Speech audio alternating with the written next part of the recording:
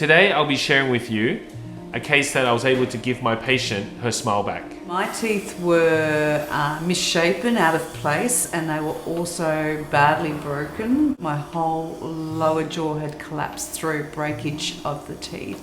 The results are truly amazing for our patient, and the ability with modern technology to simplify the process has really been astounding. I couldn't believe that was my mouth, I couldn't believe that was my teeth, I couldn't believe I could smile.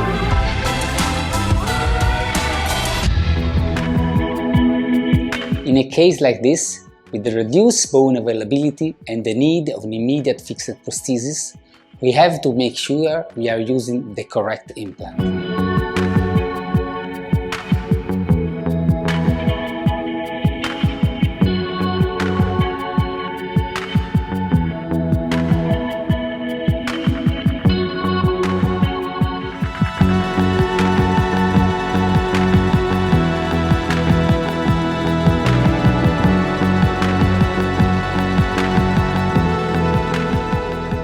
Thanks to this approach, I was able to obtain an excellent result with a non-invasive procedure in a short time. Now I can smile.